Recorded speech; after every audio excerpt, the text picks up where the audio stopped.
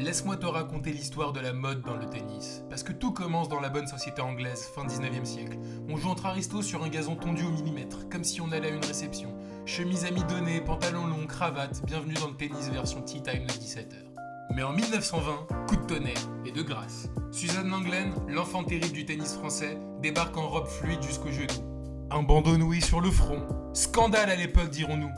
Et c'est Jean Patou qui finira par signer ses looks. Ou comment Suzanne est devenue la divine, véritable fashion statement. Il aura fallu attendre 1933 pour voir des cotes tomber chez les hommes.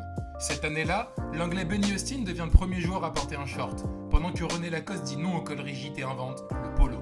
Un col mou, un crocodile, une révolution dans le vestiaire masculin. Depuis, difficile de penser tennis sans penser crocodile. Et puis arrivent les années 60.